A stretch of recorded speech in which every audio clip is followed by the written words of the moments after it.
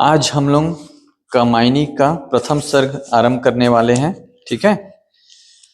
कल हम लोगों ने कामायनी के 15 सर्ग में जो कथा है उसका सारांश समझा था कि 15 सर्ग में क्या कथा कही गई, श्रद्धा और मनु के माध्यम से किस तरह से सृष्टि का विकास हुआ। जल प्लवन के बाद जल प्रलय आया जिसमें देव संस्कृति पूरी तरह क्या हो गई, नष्ट हो गई।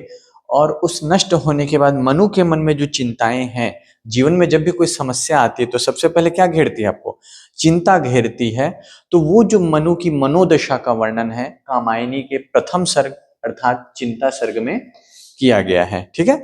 तो प्रसंग लगभग वही रहेगा कि ये जो इन पंक्तियों में कवि ने क्या किया है, जयशंकर प्रसाद ने मनु के मन में व्याप्त चिंताओं का वर्णन किया। बाकी कुछ कुछ पंक्तियों में विशेष अर्थ होते हैं, उसके अनुसार प्रसंग थोड़ा थोड़ा बदलता भी जाएगा। ठीक है। कल जो मूवी का नाम मैंने 2020 कह दिया था वो एक्चुअल में 2012 है ना। उस मूवी को आप लोग देख सकते हैं, जल प्रलय का बहुत अच्छा उसमें वर्णन है। मोहनजोदारो मूवी देख सकते हैं आप लोग। साहित्य वाले हैं तो सिनेमा भी क्या है, एक प्रकार का साहित्य है। पहले क्या होता है, कथा लिखी जाती है, उसी पर तो फिल्मांकन होता है ना, वही फिल्म बनता है। जैसे पुराने जमाने में जब फिल्म नहीं थे तो क्या था, नाटक था। नाटक का ही डिजिटल वर्जन क्या है, फिल्म है। और नाटक पहले क्या होता है, लिखा जाता है, कथा, है ना। तो इसलिए मैं बार बार फिल्मों का उदाहरण देता हूँ, क्योंकि राज को तो चले ठीक है, इंटरेस्ट है, वो पढ़ लेता है, लेकिन ज्यादातर बच्चे ऐसे होते हैं जो बहुत ज्यादा पढ़ना पसंद नहीं करते। इसलिए मैं मूवीज के एग्जाम्पल देता हूँ ताकि वो मूवी तो देख ले, है ना। तो मोहनजोदारो आप देखिए और इसको देखिए, 2012 करके मूवी है। जल प्रलय किस तरह से था, मनु वाला जल प्रलय नहीं दिखाया है, मोहनजोदारो में सिंधु घाटी सभ्यता का दिखाया है, उसको मनु से रिलेट कर सकते हैं। और 2012 में मॉडर्न टाइम में क्योंकि 2012 जब आने वाला था उस समय ऐसी भविष्यवाणी थी कि 2012 में सृष्टि का विनाश हो जाएगा, है ना। ऐसा हर कुछ साल में होते रहता है। आप लोग भी अभी 20-22 साल के हो गए होंगे तो 2-4 बार तो सुन ही चुके होंगे कि इतने साल में दुनिया नष्ट हो जाएगी, है ना। तो 2012 में बहुत वैसा माहौल था, तो उस जो डर है उसका फिल्मांकन उस मूवी में किया गया है। चलिए, तो हम लोग शुरू करते हैं प्रथम सर्ग को। और सर्ग का क्या नाम है, चिंता सर्ग। हिमगिरी के उत्तुंग शिखर पर बैठ शिला की शीतल छां, एक पुरुष भीगे नयनों से देख रहा था प्रलय प्रवाह। हिमगिरी के अर्थात हिमालय पर्वत के उत्तुंग शिखर पर, सबसे ऊंची चोटी, उत्तुंग मतलब क्या होता है, ऊंची, और शिखर तो पता ही है चोटी, है ना। तो उत्तुंग शिखर पर बैठ शिला की शीतल छां, किसी शिला पत्थर के छांव में मनु बैठे हुए हैं। और यहाँ पर देखिए नाम नहीं लिया है, एक पुरुष भीगे नयनों से देख रहा था देख रहा था प्रलय प्रवाह। यानी कि हिमालय की ऊंची चोटी में किसी शिला की शीतल छांव में बैठे हुए एक पुरुष हैं, वो देख रहे थे भीगे नैनों से। भीगे नैन क्यों है, मनु विलाप कर रहे हैं क्योंकि उनको लग रहा है कि सब मर चुके हैं, सब नष्ट हो चुका है और वो अकेले रह गए हैं। और वो प्रलय प्रवाह देख रहे हैं कि प्रलय ने किस तरह से तबाही मचाई, चारों ओर जल ही जल नजर आ रहा है, चारों ओर मलबा नजर आ रहा है, देव संस्कृति के अवशेष नजर आ रहे हैं। तो वो सब देखकर मनु की आंखें क्या है, भीगी हुई है। ठीक है। नीचे जल था, ऊपर हिम था। कहाँ बैठे हुए, हिमालय में। मतलब इतना विशाल जल प्रलय हुआ है, जल प्रलय आया है कि हिमालय पर्वत तक जल पहुंच चुका है। हिमालय पर्वत कितनी ऊंचाई पर है सोचिए, मतलब छोटे मोटे शहर नगर तो डूब ही गए होंगे, उतनी ऊंचाई तक पानी पहुंच गया है। तो नीचे जल था ऊपर हिम था। ऊपर क्या है, हिमालय है, इसलिए एक तरल था एक सघन। जल कैसा होता है, तरल होता है, और बर्फ क्या होता है, सघन होता है। ये पर्वत है हिमालय और नीचे जल है। तो और यहाँ कहीं मनु बैठे हुए हैं। ठीक है। तो नीचे क्या है, जल था, ऊपर क्या है, हिम है, और एक तरल था, जल तरल है, और एक सघन, बर्फ क्या है, सघन है। तरल और सघन समझते हो ना, जल और ठोस द्रव गैस पढ़े होगे ना बचपन में। तो जो बर्फ और ठोस है और जल क्या है, द्रव है ना। एक तत्व की ही प्रधानता कहो, उसे जड़ या चेतन। तो इस हिम में और इस जल में, दोनों में क्या है, एक ही तत्व है। दोनों वास्तव में क्या है, जल की विभिन्न अवस्थाएं है ना। जल का ठोस रूप क्या है, बर्फ है, और बर्फ का तरल रूप क्या है, जल है। तो दोनों ही क्या है, एक ही है। तो दोनों में एक ही तत्व की प्रधानता है और कह रहे हैं उसे जड़ कहो या चेतन। जो कामायनी है, कल मैंने कहा कि प्रतीकात्मक काव्य है, रहस्यात्मक काव्य है। तो देखिए यहाँ पर बातें बर्फ और पानी की हो रही है, लेकिन कह रहे दोनों में एक ही तत्व की प्रधानता है, चाहे उसे जड़ कहो या चेतन कहो। अगर हम सोचेंगे तार्किक रूप से तो बर्फ भी जड़ है और पानी भी क्या है, जड़ है ना। लेकिन यहाँ जड़ या चेतन के माध्यम से संकेत दे रहे हैं कि एक ही तत्व की प्रधानता, मतलब आत्मा, जीव और परमात्मा में कोई अंतर नहीं होता है। केवल हम अपने आप को परमात्मा से भिन्न समझ लेते हैं, क्योंकि हम माया, मोह, अज्ञान की वजह से जड़ हो जाते हैं। और परमात्मा क्या है, चैतन्य स्वरूप है। समझ में आ रहा है। तो वही कह रहे हैं कि दोनों में एक ही तत्व है, जीव ही परमात्मा है। जब आपको ज्ञान की प्राप्ति हो जाएगी अद्वैत वेदांत के अनुसार, फिर आप कहेंगे अहम ब्रह्मास्मि। इसका मतलब क्या है, मैं ही ब्रह्मा हूं। व्यक्ति ऐसा कब कह पाता है, जब उसे अपने भीतर के परम तत्व का साक्षात्कार हो जाए। नॉर्मल व्यक्ति कहेगा, अहंकार में कहेगा तो वो मजाक है, उसको ज्ञान नहीं है। लेकिन एक ज्ञानी व्यक्ति जब अहम ब्रह्मास्मि कहता है, मतलब मेरे भीतर ही ब्रह्मा है, अर्थात मैं ही ब्रह्मा हूं। कबीर कहते हैं ना कि मेरा मन राम को रहा, राम ही आही। कि राम को ढूंढते ढूंढते मन में कौन आ गए हैं, राम ही आ गए। अब शीश नवाहों का हूं। तो कबीर कह रहा है मैं दूसरी जगह शीश क्यों नवाऊंगा, क्यों मैं मंदिर में जाऊंगा, मस्जिद में जाऊंगा, गुरुद्वारे में भगवान को खोजूंगा, जब मेरे मन में, मेरे अंदर ही कौन आ गए हैं, राम आ गए हैं। तो अपने अंदर ही जो ढूंढ लेते हैं तो उसको समझ में आ जाता है कि जड़ और चेतन दोनों में एक ही तत्व है, कोई भेद नहीं है। केवल अज्ञान के कारण हम क्या करते हैं, अलग समझते हैं। कबीर का बिल्कुल भाव साम्य में एक दोहा लिख सकते हैं कि पानी ही ते हिम भया, पानी ही क्या हो गया है, हिम हो गया है। हिम है गया बिलाई, ये बर्फ पिघलता है तो क्या हो जाता है, पानी ही हो जाता है। आगे कबीर कहते हैं जो कुछ था सोई भया, कछु कहाँ न जाई। अगर पानी जमकर बर्फ हो जाता है, बर्फ पिघलकर पानी हो जाता है, तो जो है वही हो गया। कुछ खास अंतर हुआ क्या, नहीं। तो इसके बारे में क्या कहना, कुछ कहा नहीं जा सकता। मतलब जीव है वही परमात्मा है, लेकिन अज्ञान की वजह से अपने आप को क्या है, अलग समझता है। जैसे बर्फ अपने आप को पानी से अलग समझता है, लेकिन जब वो पिघल जाता है, पिघलना, बर्फ का पिघलना मतलब हमारे अंदर से वासनाओं का पिघलना, अज्ञान का पिघलना, माया का पिघलना। तो ये सब जब इन सब से मुक्त हो जाते हैं तो हम पानी में ही मिल जाते हैं, पानी थे पानी हो जाते हैं। तो ब्रह्म है ब्रह्म हो जाते हैं। समझ में आया। तो सांकेतिक, इसीलिए कामायनी में कहते हैं रहस्यवाद। रहस्य क्या है, जो स्पष्ट रूप से नजर ना आए, जिसमें गोपनीयता है। आपको लग रहा है हिमालय पर्वत की बात हो रही है, आपको लग रहा है पानी की बात हो रही है, लेकिन एक पंक्ति में बस दो शब्द लाए, जड़ और चेतन, और आपको संकेत पकड़ना है कि पानी और बर्फ की बात नहीं हो रही, बल्कि आत्मा और परमात्मा की बात हो रही है। क्लियर है। चलिए आगे देखते हैं। दूर दूर तक विस्तृत था हिम स्तब्ध उसी के हृदय समान, नीरवतासी शिला चरण से टकराता फिरता पौमान। और ये पहली पंक्ति है जिसमें उपमा अलंकार आया है, और इसके बाद आप परेशान हो जाएंगे, हर पंक्ति में उपमा अलंकार आएगा। मतलब किसी को उपमा अलंकार सिखाना है तो उसको कामायनी का चिंता सर्ग पढ़ा दो, हर दूसरे लाइन में उपमा अलंकार का प्रयोग वो करेंगे। ठीक है। तो देखिए, दूर दूर तक विस्तृत था, पानी दूर दूर तक क्या है, फैला हुआ है, बर्फ भी फैला हुआ है, हिमालय। हिम स्तब्ध उसी के हृदय समान, जिस तरह से मनु का हृदय स्तब्ध है, अचंभित है, अचानक से ये क्या हो गया, कैसे सब कुछ नष्ट हो गया, यकीन नहीं हो पा रहा है उसको, है ना। आपके जीवन में कुछ ऐसी घटनाएं घटती है ना कि आप यकीन नहीं कर पाते हैं, है ना। तो अनएक्सपेक्टेड, अप्रत्याशित घटना घट गई है, क्योंकि देवों को लगता था वो अमर है, वो कभी, अमर मतलब क्या है, जो कभी ना मरे, जिसका कभी ना नाश हो, अविनाशी है। लेकिन वो संस्कृति देखते ही देखते नष्ट हो गई। तो मनु को यकीन नहीं हो रहा है, वह स्तब्ध है। और जिस प्रकार मनु का हृदय स्तब्ध है, उसी प्रकार हिम भी स्तब्ध है, चारों ओर फैले हुए जल के प्रवाह को देख रहा है। नीरवतासी शिला चरण से टकराता फिरता पौमान। और जो शिला है, पर्वत, जो पहाड़ है, चट्टान है, वो नीरव है। नीरव मतलब जिसमें कोई रव ना हो। रव मतलब क्या होता है, आवाज या ध्वनि। तो नीरव मतलब क्या होता है, मौन।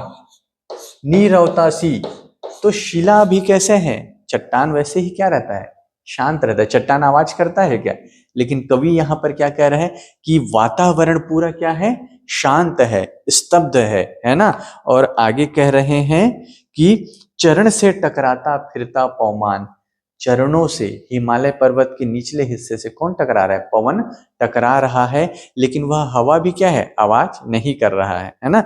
जैसे तूफान के पहले और तूफान के बाद क्या होती है, शांति होती है ना। तो जल प्रलय जब हुआ तो बहुत शोर हुआ होगा, बहुत ध्वनि, आगे वर्णन आएगा कि किस तरह से बिजलियां कड़क रही हैं, बादल गरज रहे हैं, है ना, घोर गर्जन हो रही है, आंधी तूफान प्रलय का जबरदस्त चित्रण है, घमासान चित्रण है। लेकिन वो सब जब चला जाता है तो एकदम सब क्या हो जाता है, शांत। इसलिए कह रहे हैं नीरवतासी शिला और चरण से टकराता फिरता ह्यूमान। तो नीरवतासी में कौन सा अलंकार आएगा, उपमा अलंकार, हर पंक्ति में आएगा, अब देखिए है ना, हर दूसरी पंक्ति में।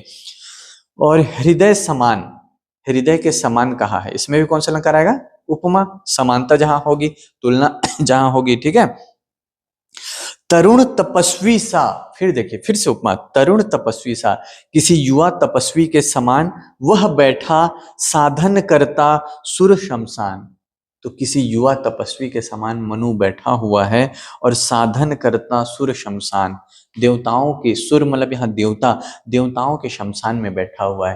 क्योंकि मनु जिस स्थान पर बैठा हुआ है वहां देव संस्कृति क्या हो गई है, नष्ट हो गई है। तो ऐसा लग रहा है किसी शमशान में बैठा है। और यहाँ सुर शमशान में क्या आएगा, कौन सा अलंकार आएगा, रूपक आएगा। क्योंकि उस स्थान को क्या कह दिया है, जहां सब देवता नष्ट हुए उसको सुर शमशान कह दिया है, मरघट के समान कह दिया। मरघट है नहीं, लेकिन सब वहां मरे हुए हैं, तो ऐसा लग रहा है कि जल ने सबको वहीं क्या कर दिया, जल समाधि दे दी है या दफना दिया है। नीचे प्रलय सिंधु लहरों का होता था सकरुण अवसान। और जिस स्थान पर वो बैठे हैं हिमालय की ऊंचाई पे, उसके नीचे प्रलय सिंधु मतलब प्रलय के समुद्र की लहरें, प्रलय की जो लहरें ऊपर उठती थी अब वो नीचे गिरने लगी है। हिमालय से टकरा टकरा कर वो लहरें वैसी ऊपर नहीं उठ रही जैसे प्रलय के समान। तो कह रहे हैं कि प्रलय सिंधु का होता था सकरुण अवसान, अवसान मतलब नीचे गिरना, पतन। तो कह रहे हैं कि सकरुण मतलब अब लहरें भी क्या है, जो देवों की हालत को देखकर, देवों के नाश को देखकर, विनाश को देखकर करुणा से नीचे गिर रही है। मतलब जल की लहरें क्या है, धीरे धीरे नीचे उतर रही हैं। उसके मन में भी करुणा जाग गई है देव संस्कृति के विध्वंस को देखकर। यहां तक समझ में आया, चलिए आगे बढ़ते हैं। फिर उसी तपस्वी से पहले लाइन में तपस्वी सा, फिर तपस्वी से, सब में उपमा आएगा। उसी तपस्वी से लंबे देव दारू दो चार खड़े हुए हिम धवल, जैसे पत्थर बनकर ठिठुरे रहे अड़े। और उसी तपस्वी के समान मतलब मनु का शरीर भी क्या है, लंबा चौड़ा है। और देवदार के वृक्ष, तो देवदार वृक्ष की तुलना मनु के से कर रहे हैं और कह रहे हैं कि तपस्वी के समान देवदारू के वृक्ष, देवदार के दो चार वृक्ष खड़े रहे, बचे रह गए हैं। और वो कैसे हैं, हरी पत्तियों की जगह पूरे बर्फ से ढके हुए हैं। हुए हिम धवल, तो हिम से क्या हो गए, धवल श्वेत हो गए हैं, जैसे पत्थर बनकर ठिठुरे रहे अड़े। जैसे मानो कोई पत्थर हो और वो ठिठुर रहे हैं, क्योंकि पूरा बर्फ जमा हुआ है फिर भी वो अड़े हुए हैं, स्थिर हैं। जैसे मनु बच गया वैसे ही कुछ देवदार के वृक्ष इस प्रलय में बचे हुए हैं, ठीक है। चलिए, अवयव की दृढ़ मांसपेशियां ऊर्जस्वित था वीर्य अपार, स्फीत शिराएं स्वस्थ रक्त का होता था संचार। अब यहाँ मनु के शारीरिक गठन का वर्णन कर रहे हैं कवि और कह रहे हैं कि उनके अंग की दृढ़ मांसपेशियां मतलब शरीर अच्छा था, कसरत करते हैं जो शरीर गठीला शरीर रहता है ना, ऐसे ही उनकी सधी हुई दृढ़ मांसपेशियां थी। ऊर्जस्वित था वीर्य अपार, मनु में बहुत पौरुष भरा हुआ था, वीर्य भरा हुआ था। स्फीत शिराएं स्वस्थ रक्त का होता था जिनमें संचार। जो पहलवान लोग होते हैं, कसरत करते हैं, उनके देखिएगा नसें नसें भी दिखाई देती है अलग से। तो ऐसी ही उसकी शिराएं स्फीत थी, चौड़ी शिराएं थी और जिनमें होता था स्वस्थ रक्त का संचार। शरीर गठीला है, गठा हुआ शरीर है, कसरती शरीर है और शिराएं चौड़ी है। इससे पता चलता है कि मनु का शरीर क्या है, स्वस्थ है। इसलिए कह रहे होता था स्वस्थ रक्त का संचार। ऐसा मनु के शारीरिक गठन का वर्णन करते हुए कवि प्रसाद कह रहे हैं, ठीक है। आगे देखते हैं। चिंता कातर वदन हो रहा पौरुष जिसमें ओत प्रोत, उधर उपेक्षा में यौवन का बहता बहता भीतर मधुमय स्रोत। और वह मनु जिसका शरीर इतना सुगठित है, जिसकी शिराओं में शुद्ध रक्त बह रहा है, स्वच्छ रक्त बह रहा है, वो मनु क्या है? चिंता कातर वदन, उनका मुख चिंता से ग्रस्त है। और पौरुष जिसमें ओतप्रोत जिसमें पुरुषत्व भरा हुआ है, पौरुष भरा हुआ है, उस मनु के मन में उपेक्षा है। किसकी उपेक्षा है? यौवन की। जब आप जीवन में निराश होते हैं, हताश होते हैं, चारों ओर मृत्यु ही मृत्यु देख रहे हैं, तो आपको अपने यौवन का, युवावस्था का वह उन्माद महसूस होगा क्या? मन में क्या होगी? निराशा होगी। तो भीतर भीतर यौवन का स्रोत बह रहा है। मतलब मनु की अभी अवस्था क्या है? जीवन का भोग करने की, सृष्टि में कुछ नया करने की, लेकिन उनका यौवन जो उनके भीतर बह रहा है, वह स्रोत इस समय उपेक्षित है, क्योंकि मनु निराश है, हताश है, अकेले हैं, चिंताग्रस्त हैं, इसलिए उनके चेहरे पे क्या है? चिंता छाई हुई है। बंधी महावट से नौका थी, सूखे में अब पड़ी रही। अब देखिए, देव सृष्टि का नाश हो गया है, लेकिन मनु बच गए हैं। कैसे बच गए हैं? क्योंकि मनु के पास एक नौका थी। नौका बहुतों के पास रही होगी, लेकिन किस्मत ने इनका साथ दिया, है ना। ऐसी कथा है कि जब जल प्रलय आया तो मनु ने एक नौका बनाई थी, उसमें कुछ प्राणियों को रखा और वो प्राणी संयोग से बच गए। उन्हीं के माध्यम से सृष्टि का क्या हुआ? आगे विकास हुआ। ठीक है, उनके नौका में कुछ जानवर भी थे, पशु भी थे, पक्षी भी थे, और वो सब जो बचे हुए थे उन्हीं से सृष्टि का आगे विकास होता है। ऐसी कथा है। और ये कथा कल मैं गूगल में पढ़ रहा था, कुछ ढूंढ रहा था, तो उसमें आया कि वैज्ञानिकों ने, एक पुरातत्व वेदा है, इतिहासकार जो रहते हैं, जो प्राचीन स्थलों की खोज करते हैं, खुदाई करते हैं, तो पुरातात्विक साक्ष्य से प्रमाणित हुआ कि जो पुराणों में जो वर्णित जल प्रलय की कथा है, वह सच में घटित हुई। उसके साक्ष्य मिल रहे हैं, और उसका समय भी उन्होंने लिखा था कि 2000 ईसा पूर्व से 1800 ईसा पूर्व के आसपास ये जो जल प्रलय की घटना है वह घटित हुई थी। वो आर्टिकल यदि मुझे मिलता है तो मैं आप लोगों को भेज दूंगा। मतलब ये सब कहानियां ही नहीं है, मिथक ही नहीं है, वास्तव में घटित हुई है, और उन पर क्या लिख दिया गया है? कहानियां लिख दी गई है। तो कहीं ना कहीं उनका सत्य से क्या है? संबंध है। ठीक है, तो बंधी महावट से, बरगद के वृक्ष से नौका बंधी हुई थी और सूखे में अब पड़ी रही। जल उतर गया है, बाढ़ उतरता है तो क्या होता है? कीचड़ रह जाता है ना। और उतर चला था जल प्लावन और निकलने लगी थी मही। जल प्लावन, जो जल प्रलय है, उसका जल उतर रहा है, बाढ़ का जल घट रहा है, और अब निकलने लगी थी मही, अर्थात पृथ्वी अब नजर आने लगी, मतलब थल भाग नजर आने लगा है। ठीक है, निकल रही थी मर्म वेदना, करुणा विकल कहानी सी, वहां अकेली प्रकृति सुन रही, हस्ती सी पहचानी सी। पृथ्वी जो निकल रही है, उसके साथ ही क्या निकल रहा है? तबाही की, विध्वंस की कहानियां, और मनु की पीड़ाएं बाहर आ रही है। साथ ही साथ करुण विकल कहानी सी, जैसे कोई करुण व्याकुल कहानी कोई कह रहा हो, ऐसे मनु अपनी दुख की गाथा कह रहा है। और चूंकि अकेला है, उसकी बात को सुनने वाला केवल कौन है? सुनने वाली प्रकृति। केवल प्रकृति ही उसकी यहाँ पर सहचर है, जो मनु की बात को सुन रही है। हस्ती सी पहचानी सी, प्रकृति हंसते हुए, मुस्कुराते हुए, पहचानी सी उसको सुन रही। प्रकृति क्यों ऐसा हंसते मुस्कुराते हुए सुन रही है? क्योंकि प्रकृति ही ने तो सारा विध्वंस रचाया है, उसी का तो सब किया धरा है ना। तो इसलिए प्रकृति उसकी सहचरी है, और मनु को इस वक्त सुनने वाली केवल कौन है? प्रकृति है। हस्ती सी, पहचानी सी, कहानी सी, सब में क्या आएगा? उपमा अलंकार। मैंने कहा ना, पूरा ढेर लगा दिए हैं जयशंकर प्रसाद जी, है ना। ओ चिंता की पहली रेखा, अरे विश्व वन की व्याली, ज्वालामुखी स्फोट के भीषण, प्रथम कंप सीमत वाली। और मनु के मन में जो चिंता है, चिंता की पहली रेखा, क्यों? क्योंकि इसके पहले देव संस्कृति को चिंता की आवश्यकता ही नहीं थी। दिन रात किसमें मग्न थे? भोग विलास में मग्न थे। अप्सराओं के साथ नृत्य कर रहे हैं, केली क्रीड़ा कर रहे हैं, सुरपान कर रहे हैं, पूरा दिन भर ऐसे भोग विलास में बीत जाता था। पर अब चिंता की पहली रेखा, देव के संस्कृति में, देव के जीवन में पहली बार चिंता की पहली रेखा उभरी है। और उसको वो क्या करें? अरे विश्व वन की व्याली, व्याली मतलब, व्याल मतलब होता है सर्प, व्याली मतलब सर्पिणी।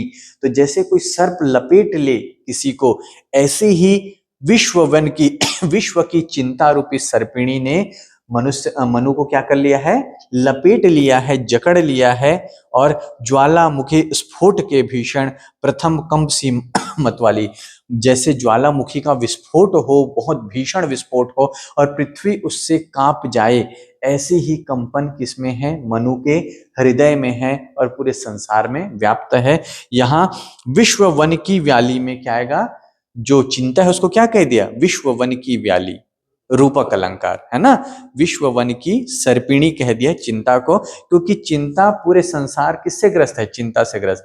जैसे एक सर्प लपेटता है वैसे चिंता रूपी सर्प ने पूरे संसार को क्या है, लपेटा है। सबकी चिंताएं अलग होगी, लेकिन हम सब किससे घिरे हुए, अपनी अपनी चिंताओं से, इसलिए चिंता को यहाँ विश्व वन की व्याली, व्याली मतलब सर्पिणी। और प्रथम कंप सी, जैसे पृथ्वी पर भूकंप आया, ज्वालामुखी विस्फोट हुआ, तो वैसे ही पहली कंपन के समान मतवाली, मतवाली क्यों, क्योंकि वो पागल है, वो सबको नाश कर देना चाहिए। जब ज्वालामुखी विस्फोट आता है तो आसपास सब चीजों को क्या करता है, नष्ट कर देता है। भूकंप आता है तो पूरी संरचनाओं को नष्ट कर देता है, ऐसे ही ये मतवाली है। हे अभाव की चपल बालिके, री ललाट की खल लेखा, हरी भरी सी दौड़ धूप, ओ जल माया की चल रेखा। प्रसाद की भाषा बहुत अच्छी है, कहते हैं आपको हिंदी सीखनी है ना, अच्छी हिंदी सीखनी है तो जयशंकर प्रसाद को पढ़ना चाहिए। तो देखिए, हे अभाव की चपल बालिके, क्या कह रहे हैं, चिंता क्या है, चिंता कब आती है जीवन में, चिंता कब आता है जीवन में, जब अभाव होता है। आपको जो चाहिए वो आपके पास है तो चिंता है क्या, पैसा चाहिए, पैसा नहीं तो अरे यार कल कैसे होगा, खाना है, भूख लगी है, शाम का भोजन नहीं है तो चिंता होगी, है ना, परीक्षा है और पढ़ाई नहीं किए हैं, मतलब ज्ञान नहीं है तो चिंता होगी।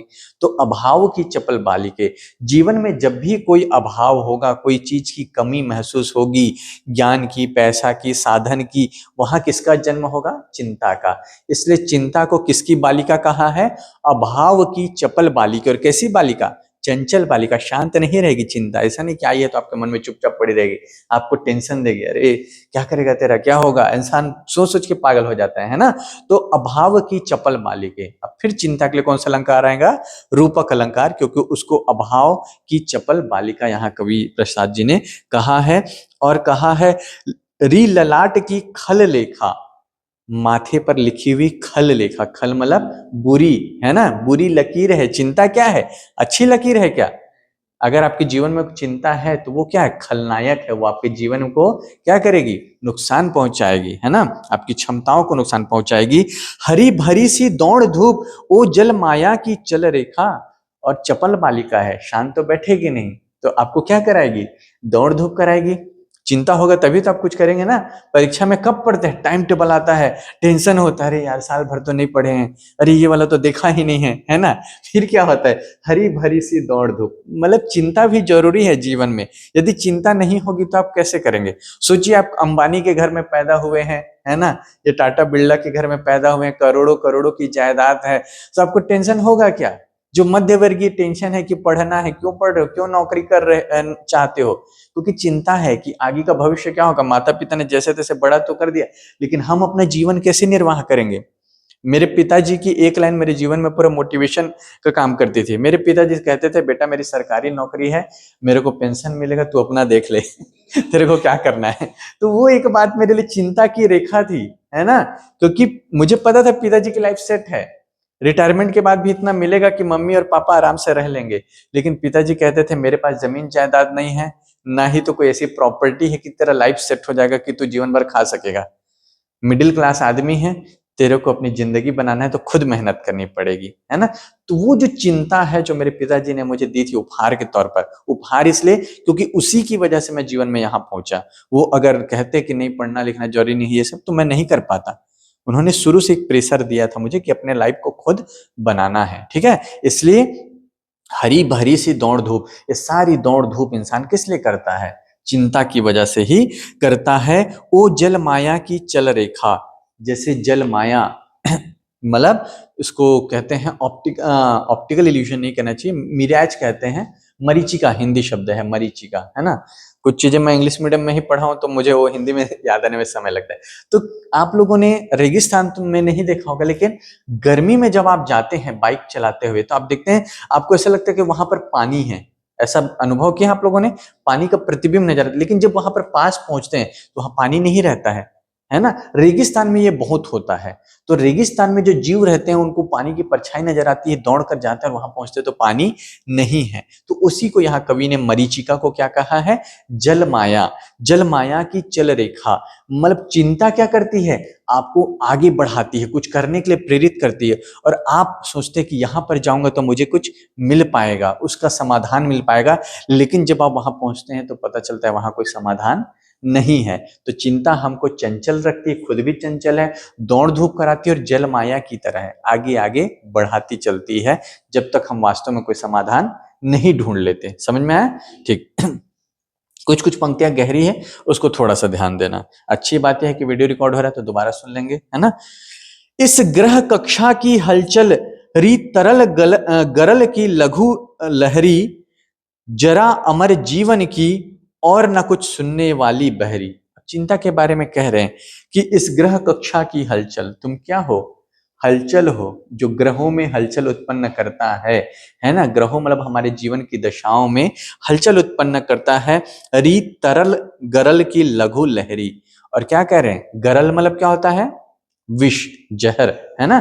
तो क्या कह रहे हैं, री तरल गरल की लघु लहरी, तुम क्या हो, विष की लघु छोटी सी लहर हो। लघु लहरी क्यों कह रहे हैं, क्योंकि चिंता छोटी छोटी लहरों में आकर आपका धीरे धीरे क्या करता है, नाश कर देता है। और यहां पर देखो लघु लहरी, इसमें क्या आएगा, हाँ नहीं, लघु लहरी ल ल वर्ण आ रहा है ना, आपको ये देखना है, तो वहां पे अनुप्रास अलंकार आएगा। और फिर चिंता के बारे में कह रहे हैं, जरा अमर जीवन की, जीवन अमर है लेकिन चिंता क्या करती है, धीरे धीरे धीरे करके जरा ले आती। जरा मतलब बुढ़ापा, नाश, ठीक है। तो एक दोहा है ना कि चिंता में चतुराई घटे, दुख में घटे शरीर, पाप में लक्ष्मी कटे, कह गए दास कबीर। तो चिंता में क्या करती, चतुराई, विवेक, आपके विचार करने की क्षमता, और धीरे धीरे वो दुख का रूप लेते और क्या घटने लगता है, शरीर घटने लगता है। तो इसलिए चिंता को कवि कह रहे हैं, जरा अमर जीवन की, तुम क्या हो, वो जीवन जो अमर है, तुम उसमें जरा के समान हो, बुढ़ापा के समान हो, बीमारी के समान हो, जो शरीर को धीरे धीरे वृद्ध कर देता है। और ना कुछ सुनने वाली, चिंता किसी की नहीं सुनती, बहरी है। बहरा व्यक्ति सुनता है क्या, नहीं। तो चिंता को क्या करें, और न कुछ सुनने वाली बहरी। उसके बाद आगे, अरि व्याधि की सूत्रधारिणी, अरि आधि मधुमय अभिशाप, तुम व्याधि मतलब शारीरिक कष्ट, ठीक है। तो चिंता क्या है, मानसिक होती है, लेकिन उससे मनुष्य को क्या होता है, शारीरिक कष्ट होता है। आप सोच सोच कर बीमार पड़ जाते हैं, शरीर थकने लगता है ना।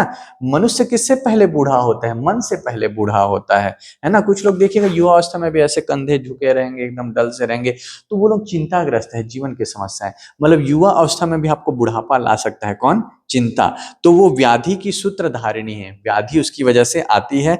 और अरि आधि मधुमय अभिशाप, और तुम क्या हो, मानसिक कष्ट भी हो, मधुमय अभिशाप, जैसे कोई मधु में मिलाकर अभिशाप, शाप घोल दे, वैसे तुम क्या हो, शारीरिक कष्ट भी देती हो और मानसिक कष्ट भी देने वाली क्या हो, मधुमय अभिशाप हो।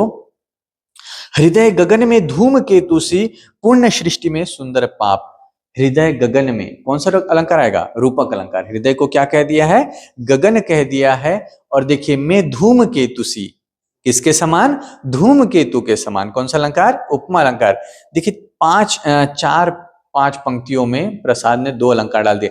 हृदय गगन दो शब्द हो गए, में तीसरा, धूम केतुसी चौथा, पांचवा। तो हृदय गगन में रूपक, धूम केतुसी में क्या आएगा, उपमा अलंकार। तो हृदय रूपी गगन में, मतलब वह हृदय जो गगन के समान विशाल है, विस्तृत है, उसमें धूम केतु सी, कोई अपशगुन, कोई नक्षत्र, धूम केतु जब आता है तो कुछ अपशगुन होता है, ऐसा माना जाता है।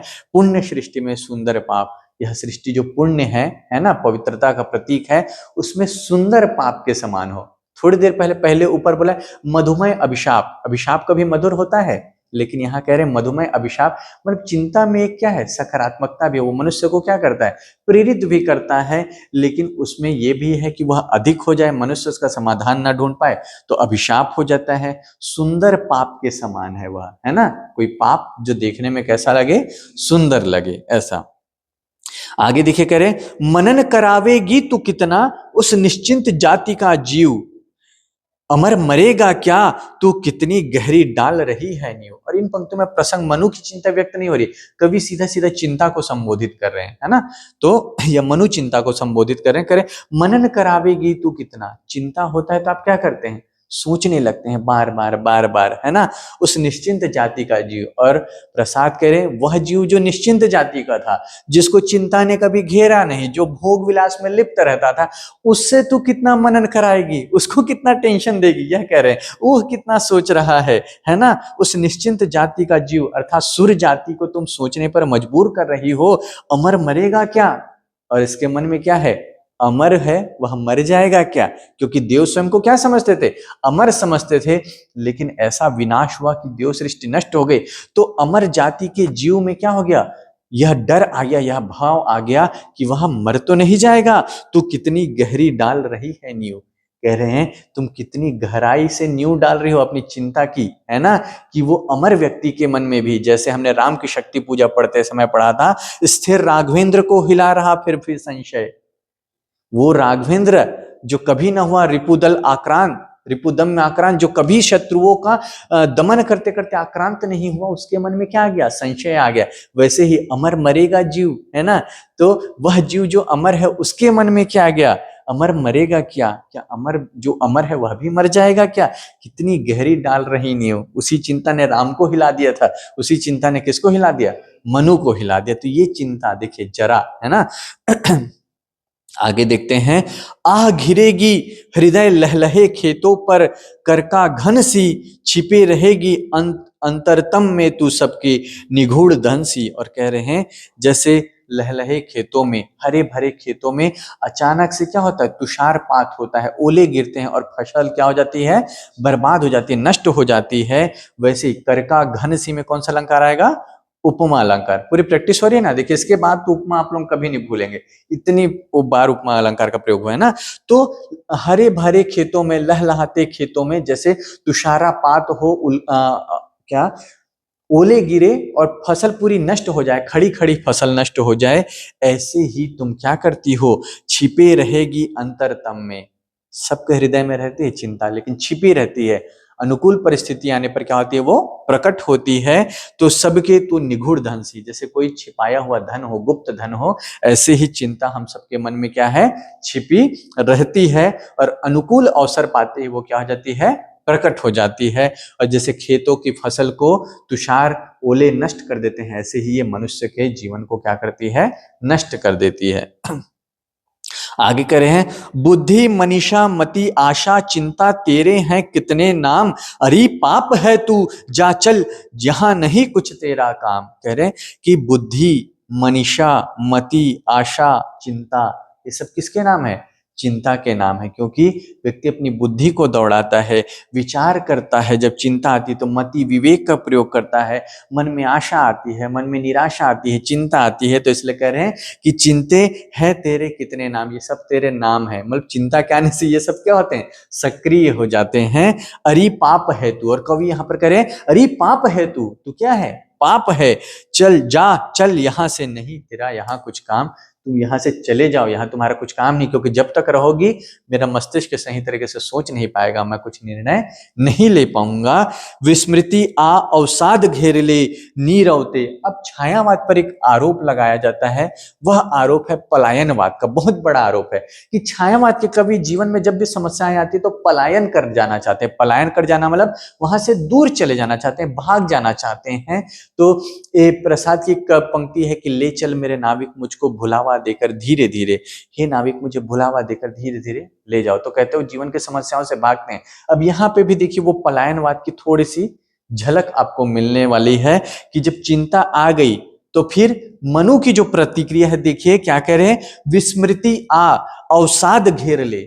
विस्मृति आ, स्मृति मतलब क्या होता है, याद, और विस्मृति मतलब भूल जाना। तो मनु विस्मृति को पुकार रहे कि तुम आओ, मतलब मुझे सब कुछ भुला दो, मेरा जो पास्ट लाइफ था, मेरा जो पुराना जीवन था, भूतकाल था, उसको क्या करूं मैं, भूल जाऊं। और अवसाद को कह रहे तुम घेर लो, निराशा को कह रहे हैं कि तुम घेर लो, नीरवते बस चुप कर दे। और ये जो शांतपन है बिना कोई शोर के, यह मुझे बिल्कुल चुप कर दे। मतलब मनु हार रहे हैं, एक तरह से पलायन कर रहे हैं कि विस्मृति, सब कुछ भूल जाना चाहते हैं, अवसाद निराशा से घिर जाना चाहते हैं और शांत हो जाना चाहते हैं। चेतनता चल जा, और मन में जो चेतना है, वह चेतना जो इस समस्या से निकलने के लिए प्रेरित करती है, उसको कह रहे तुम चले जाओ, मेरे मन में चेतना ही ना रहे, जड़ता से आज शून्य मेरा भर दे। और मेरा जो हृदय है उसको जड़ता से, मतलब मैं कुछ सोच ना सकूं, कुछ बोल ना सकूं, और मैं कुछ महसूस ना कर सकूं, जड़ हो जाऊं बिल्कुल।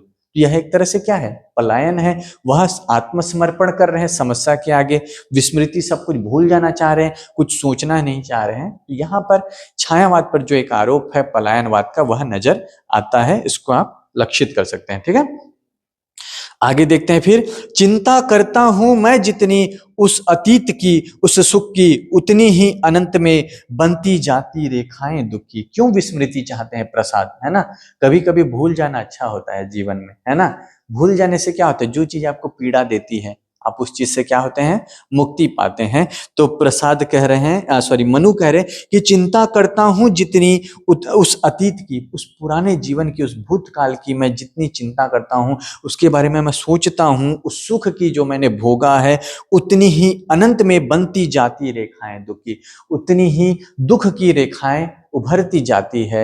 हम सब दुखी क्यों रहते हैं? क्योंकि हमारे भूतकाल में जो अच्छा समय बीता होता है, हम चाहते वही समय लौट आए, वही व्यक्ति लौट आए जो हमारे जीवन में कभी सुख का कारण था, वह जीवन लौट आए जिसमें हमने सुख का भोग किया था। तो इसलिए करें, जितना उस सुख के क्षण को सोचता हूं, उतना ही वर्तमान मुझे क्या करता है, दुख देता है। आह सर्ग के अग्रदूत तुम असफल हुए, विलीन हुए, भक्षक या रक्षक जो समझो केवल अपने मीन हुए। अब यहाँ पर वो रहस्य उभर कर आता है कि जल प्रलय में मनु अकेले कैसे बच गए, है ना? तो कह रहे हैं कि आह सर्ग के अग्रदूत तुम असफल हुए, विलीन हुए। कह रहे हैं कि जो स्वर्ग के अग्रदूत थे वो असफल हुए, देव संस्कृति, देवता अपनी रक्षा करने में क्या हो गया, असफल हो गए और विलीन हो गए, जल में क्या हो गए, डूब गए। और भक्षक या रक्षक जो समझो, अब मछली को कह रहे हैं, उस मछली ने जिसने मनु के नाव पे प्रहार किया था, है ना? तो उसको कह रहे तुम, मुझे समझ में नहीं आया तुम भक्षक हो या रक्षक हो। विशालकाय मछली थी, उसका उद्देश्य आक्रमण करना था या बचाना था, तो इस बात को वो तय नहीं कर पा रहे, इसलिए कह रहे भक्षक या रक्षक जो समझो, जो समझना है समझ लो, केवल अपने मीन हुए। लेकिन उसी विशालकाय मछली के कारण मनु की नौका ठोकर खाकर ऊपर पहुंच गई और मनु जल प्रलय से क्या हुए, बच गए।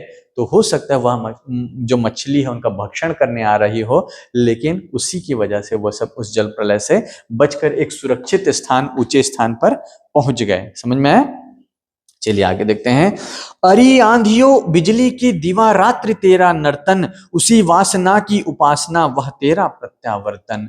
अब वो देव संस्कृति को स्मरण करते हुए कह रहे हैं कि बिजली की दीवा रात्रि तेरा नर्तन। ठीक है, बिजली से यहाँ पर आशय है वासना। ठीक है, कि कह रहे देव जो थे वो वासना से इतने लिप्त थे कि दिन रात क्या करते थे, वासना में लिप्त रहते थे, नर्तन करते रहते थे और उसी वासना की उपासना। यहां वासना का अर्थ बिजली क्यों लिया गया है? क्योंकि अगली पंक्ति में स्पष्ट होता है कि उसी वासना की उपासना। देवता किसके उपासक थे? वासना के, भोग विलास से लिप्त रहते थे, हमेशा सुरापान करते रहते थे, है ना, मद्यपान करते रहते थे और अप्सराओं का नृत्य देखते रहते थे, कीली क्रीड़ा करते रहते थे। तो वो वासना के उपासक थे, वह तेरा प्रत्यावर्तन। इसीलिए क्या हुआ, आंधी बार बार उनको चेतावनी देती थी, लौट लौट कर आती थी कि तुम अपनी संस्कृति में क्या करो, सुधार करो। लेकिन वो नहीं सुधरे, बिजली की तरह क्या रहते थे, दिन रात क्या करते थे, वासना में लिप्त रहते थे, उसमें लिपटे रहते थे। और इसीलिए आंधी बार बार लौट कर उनको सचेत करने का प्रयास करती थी। प्रत्यावर्तन मतलब पुनः पुनः लौटना, लौटना। ठीक है, आगे देखते हैं। मणि दीपों के अंधकार में अरे निराशा पूर्ण भविष्य, देव दंभ के महामेघ में सब कुछ ही बन गया हविष्य। कह रहे हैं कि मणि दीपों के अंधकार में, जो अंधकार में रात्रि रहती थी, वो भी देवताओं के मणि के दीपों से क्या होता था, चमकता रहता था। और इसी कारण से उनका भविष्य क्या हो गया, निराशापूर्ण हो गया। निराशापूर्ण क्यों हो गया भविष्य? क्योंकि देवता भोग विलास के अलावा कुछ सोचते ही नहीं थे, इसलिए मणि के समान जगमगाते हुए मगर अंधकार में। अब यहां पर देखो विरोधाभास आएगा, मणि दीपों के अंधकार में, मणि से जगमगाता हुआ है लेकिन कैसा है, अंधकार से भरा हुआ है। जहां अंधकार है वहां प्रकाश होगा क्या? लेकिन दोनों एक साथ है। मतलब देव संस्कृति ऊपर से तो जगमगाती हुई दिखती थी, मगर उनके भीतर क्या था, बहुत अंधेरा था। मतलब देवों के अंदर अंधेरा था। भोग विलास वासना में लिप्त रहेगा तो वो प्रकाश में है या अंधकार में? अंधकार में है ना। तो वही कह रहे, अरे निराशापूर्ण भविष्य, तुम्हारा भविष्य बिल्कुल निराशापूर्ण था।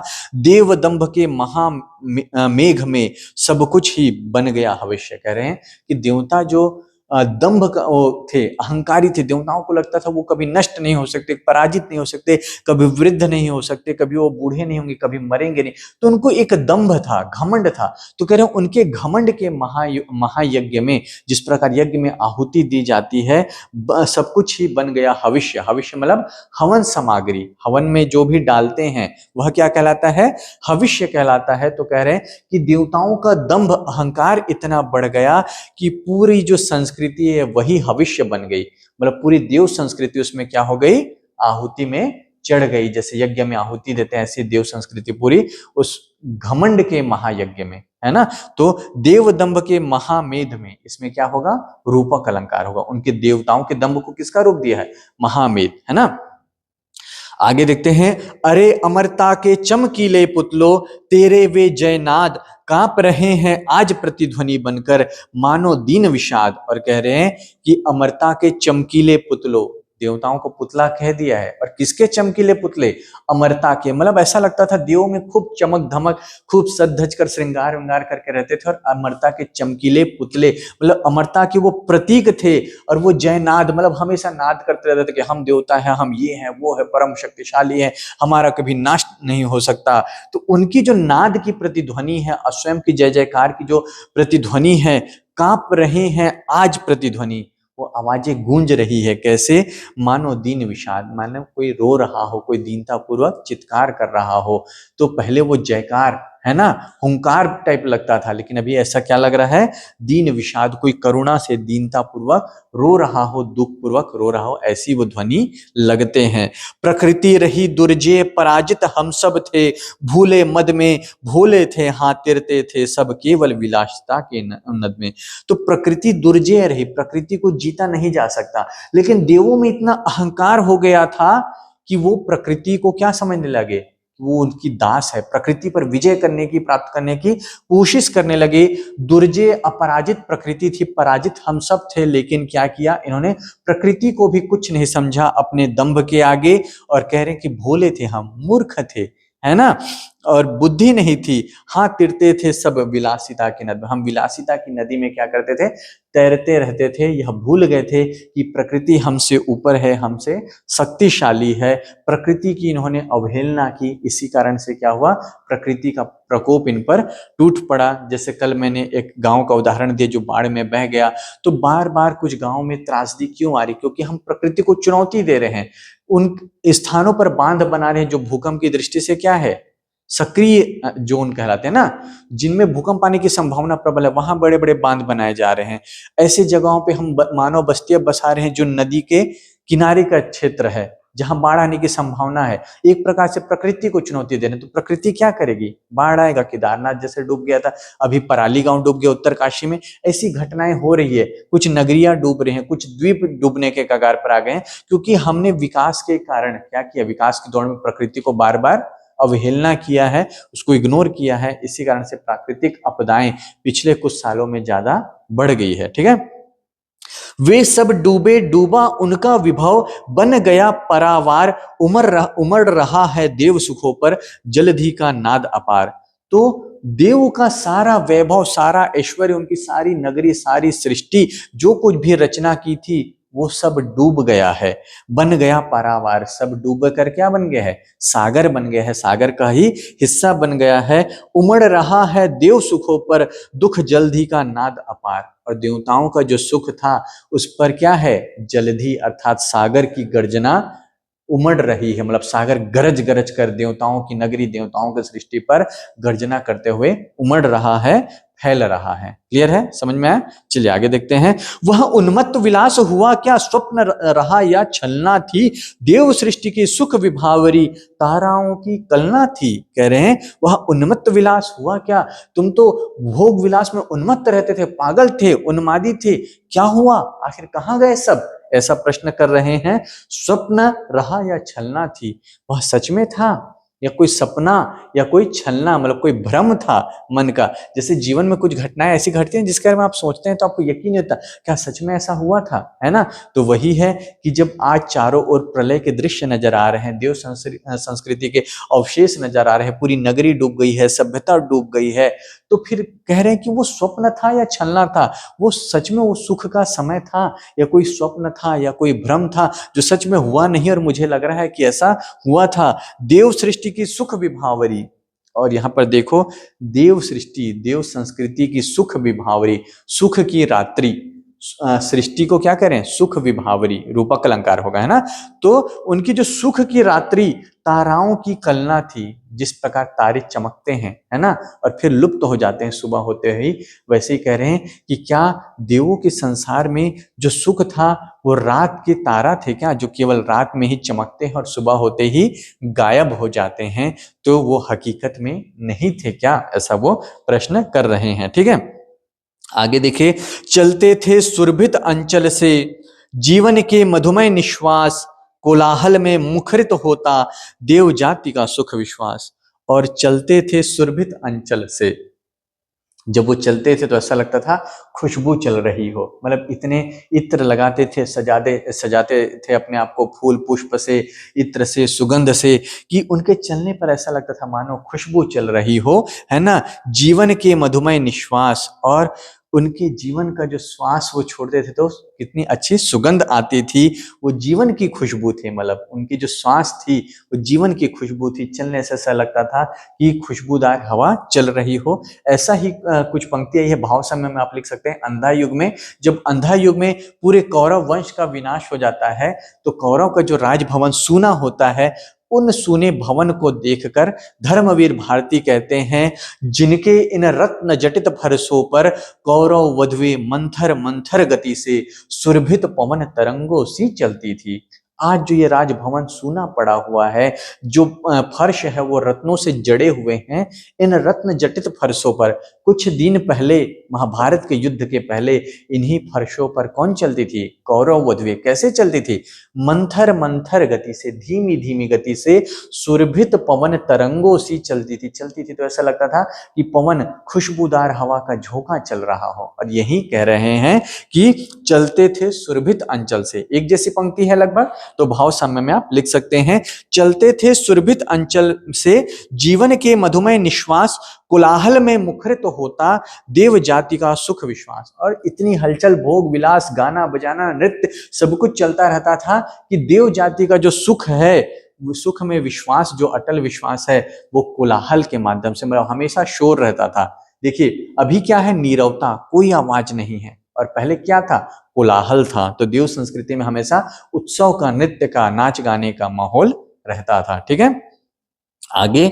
सुख केवल सुख का वह संग्रह, केंद्रीभूत हुआ इतना, छाया पथ में नव तुषार का सघन, मिलन होता जितना। सुख केवल सुख, देवताओं के जीवन का क्या उद्देश्य था, सुख, केवल सुख, और केवल सुख का भोग करते करते इतना केंद्रीभूत हुआ, इतना घना हो गया, वह इतना ज्यादा एकत्रित हो गया कि छाया पथ में नव तुषार का, जैसे आकाश गंगा में नए बादल या नए कोहरे का सघन मिलन। जैसे आकाश गंगा को आप देखेंगे ना, मिल्की वे कहते हैं, है ना, अंग्रेजी में क्या कहते हैं, मिल्की वे, मतलब मिल्की, दूध के समान वो पूरा क्या नजर आता है, सफेद। वैसे ही देवताओं के जीवन में सुख एकत्रित हो गए थे, मतलब सुख का क्या हो गया था, बहुत ज्यादा अति हो गई थी सुख की। ठीक है, और कल ही मैंने कहा था अति सर्वत्र वर्जते, है ना, कि अति हमेशा क्या होती है, वर्जित होती है। तो सब कुछ थे स्वायत्त विश्व के बल, वैभव आनंद अपार, उद्वेलित लहरों सा होता उस सुख समृद्धि का सुख संचार। तो सब कुछ था देवताओं के पास, बल था, वैभव था, अपार आनंद था, और वो सब मिलकर ऐसा लगता था उद्वेलित लहर, कोई लहर जो बहुत उद्वेलित हो गई हो, है ना, उसके समान सुख समृद्धि का संचार होता था। मतलब देवताओं के जीवन में कोई लहर उठ रही है, ऐसे सुख वैभव साधन धन वैभव शक्ति सब कुछ का संचार होता था। मतलब देवताओं के पास किसी भी चीज का कोई अभाव नहीं था। क्लियर है, समझ में आया? चलिए आगे देखते हैं। कीर्ति दीप्ति शोभा थी नचती, सब कुछ है इसलिए देवताओं के आगे पीछे कौन नाच रहा है? कीर्ति ख्याति दीप्ति आभा शोभा, है ना, सुंदरता, नचती अरुण किरणों सी चारों ओर, जैसे सूर्य की किरण पृथ्वी पर चारों ओर फैल जाती है, ऐसे कीर्ति दीप्ति शोभा रूपी जो किरणें हैं ये सब देवताओं के इर्द गिर्द रहती थी। मतलब देवताओं के पास सब कुछ था, ख्याति था, वैभव था, सुंदरता थी, सब कुछ था। सप्त सिंधु के तरल कणों में द्रुम दल में आनंद विभोर, और कह रहे हैं सप्त सिंधु के तरल कणों में। अब देखो थोड़ा सा संकेत यहां मिला। मैंने आज क्लास की शुरुआत में क्या कहा कि जल प्रलय की घटना को पुरातत्ववेताओं ने सही माना है कि ऐसी घटना घटित हुई थी। और कब हुई थी? 2000 ईसा पूर्व से 1800 ईसा पूर्व के आसपास मनु की जल प्रलय का साक्ष्य मिलता है ना। वहां पर श्रद्धा का नाम दूसरा मिलता है, शत्रुपा मिलता है, मनु का नाम मनु ही है। तो वो घटना वास्तव में इतिहास में मानी गई है। और यहां पर संकेत पकड़िए सप्त सिंधु के तरल कणों में। वो 2000 से 1800 ईसा पूर्व का समय क्या है?